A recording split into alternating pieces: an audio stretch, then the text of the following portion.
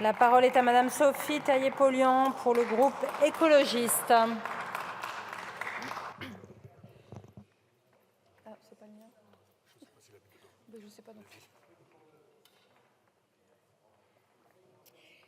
Madame la Présidente, Madame la Première ministre, Mesdames et Messieurs les ministres, chers collègues, nous avons assisté jeudi au 21e recours au 49.3 depuis le début de la législature. Qu'est-ce que ça veut dire ? Ça veut dire que le gouvernement gouverne seul, isolé, comme dans une forteresse assiégée, sans le Parlement, sans les corps intermédiaires, sans les élus locaux, sans le peuple. Ultime fantasme d'une élite qui se croit éclairée, alors qu'elle participe à faire renaître les ombres du passé, persuadée qu'elle est seule à savoir ce qui est bon pour le peuple et qu'elle peut avoir raison contre lui. Vous rejetez sur l'opposition la responsabilité du blocage de la France, mais vous en êtes les seuls auteurs. Vous nous avez même accusés, avec l'adoption de la motion de rejet contre votre projet de loi sur l'immigration, de refuser le débat. Mais si vous aviez voulu le débat, vous auriez cherché à composer avec celles et ceux qui ont appelé à voter pour vous au second tour de la présidentielle et dans tant de circonscriptions aux législatives. Et ça, on ne peut pas dire que vous l'ayez fait, certes non. Vous êtes au contraire dans une logique totalement opposée à la nôtre. Coincés dans vos certitudes et vos dogmes ultralibéraux, vous ne voyez qu'une issue, qu'une pratique solitaire et autoritaire du pouvoir. Bien sûr que nous aurions voulu débattre du budget à donner à la France.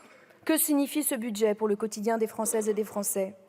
Il coûtera 2700 postes de professeurs dans les collèges, écoles et lycées de nos enfants qui souffrent déjà tant des absences non remplacées et des classes surchargées. Il coûtera un lit et un abri pour la nuit aux milliers de gosses à la rue, par un gel du budget de l'hébergement d'urgence malgré toute une société civile mobilisée. Il coûtera aux victimes du dérèglement climatique les conséquences de votre inaction, sécheresse, inondations et autres tempêtes, parce que, coincés dans vos certitudes, vous n'écoutez même pas vos soutiens de la première heure, tout ce qui a été pourtant clairement détaillé dans le rapport Pisani-Ferry-Mahfouz remis à Madame la Première ministre au printemps 2023. Nous aurions voulu débattre de la taxe transport de longue distance ou de la réforme des redevances des agences de l'eau pour laquelle, in extremis, vous avez battu en retraite face au lobby de l'agro-industrie.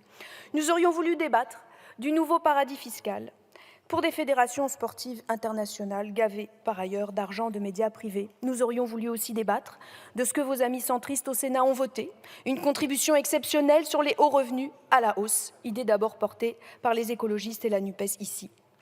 Mais le plus grave dans cet isolement au fil des 49.3 qui s'enchaînent, c'est que vous entraînez dans votre chute la démocratie tout entière, car le débat parlementaire est au cœur du modèle républicain de la démocratie représentative. Chaque fois, Madame la Première ministre, que vous montez à la tribune pour mettre fin au débat parlementaire, vous affaiblissez un peu plus la démocratie.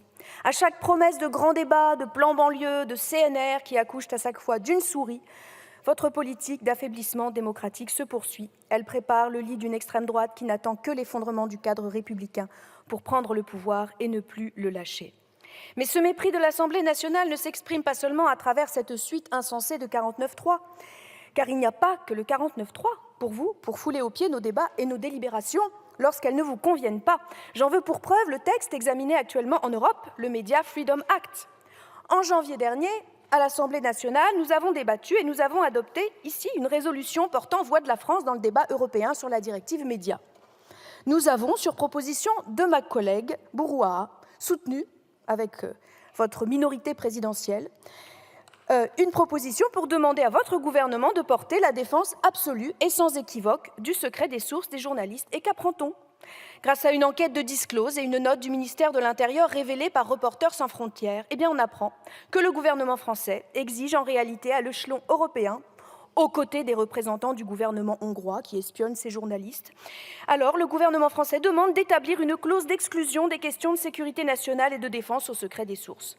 C'est cette clause qui a valu à la journaliste Ariane Lavrieux une perquisition à son domicile par des hommes lourdement armés. C'est cette clause qui a permis que son appartement et ses outils de travail soient fouillés, que son téléphone soit saisi.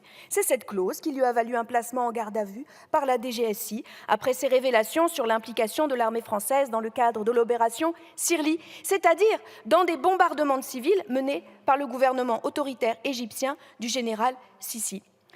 Notre liberté dépend de la liberté de la presse. Elle ne saurait être limitée sans être perdue, écrivait Thomas Jefferson en 1786. La liberté de la presse est au fondement de notre démocratie et vous la bafouez, comme vous bafouez le débat parlementaire. Je m'adresse je m'adresserai volontiers à mes collègues députés de la majorité, si certains étaient là, qui tous ne peuvent se retrouver dans cette compromission avec la droite dure et dont certains, je le sais, ont refusé de voter le mandat de la commission mixte paritaire sur le projet de loi immigration. Je leur dirai s'ils étaient là, est-ce pour ça que vous avez été élus? Madame la Première ministre, vous êtes affaiblie par le vote de lundi et voulant poursuivre votre entreprise de délégitimation de l'Assemblée nationale, vous pensez que la meilleure défense, c'est l'attaque avec vos amis. Et nous voici, nous, groupe écologiste, mis au banc des accusés pour une prétendue alliance NUPES-RN sur la motion de rejet du texte immigration. Certains responsables dans cette Assemblée menaçant même de nous tondre. Vous êtes d'accord avec ça, monsieur? Dans une référence honteuse, sexiste et même, je dirais, dégueulasse, voyez. C'est pas nous qui sommes prêts à brader nos principes et nos valeurs dans les pires concessions à la droite radicalisée et derrière elle à l'extrême droite décomplexée, à leur offrir des textes purement idéologiques sur un plateau d'argent, comme disait Madame la députée de votre camp, et espérer leur voix pour faire adopter un texte indigne de notre pays et de ses valeurs, parmi lesquelles la fraternité. Le groupe écologiste ne transige pas sur ses valeurs, et nous avions bien entendu au moment du vote de cette motion de rejet les déclarations de M. Darmanin lundi. M. Darmanin, vous aviez tendu à plusieurs reprises votre main vers la droite, donnant votre accord pour revenir dans le débat sur certaines dispositions particulièrement honteuses qui avaient été supprimées en commission, méprisant ainsi le travail de votre propre majorité. Ce ne sont pas les écologistes ou la NUPES qui ont, fort à propos, la veille du vote, appelé des parlementaires de droite en promettant de nouvelles brigades de gendarmerie. J'en profite donc pour vous dire, M. Darmanin, même si, contrairement à d'autres, peut-être, vous ne pouvez espérer mon vote sur un texte qui criminalise l'immigration, eh bien, dans ma circonscription, on a besoin d'un commissariat de plein exercice. Ça fait 40 ans qu'on le demande à Villejuif. Et les habitants de cette circonscription, leur sécurité vaut autant que celle des autres. J'aimerais un commissariat de plein exercice, Monsieur le ministre de l'Intérieur. Mes chers collègues, on ne peut faire sans le Parlement, on ne peut agir sans le consentement du peuple et de ses représentants, on ne peut agir dans l'opacité, c'est pourquoi le groupe écologiste demande que les débats de la CMP de lundi soient rendus publics, et c'est pourquoi le groupe écologiste considère que ce gouvernement ne mérite que la censure. Je vous remercie. Merci beaucoup. La parole est à Monsieur Jean-Marc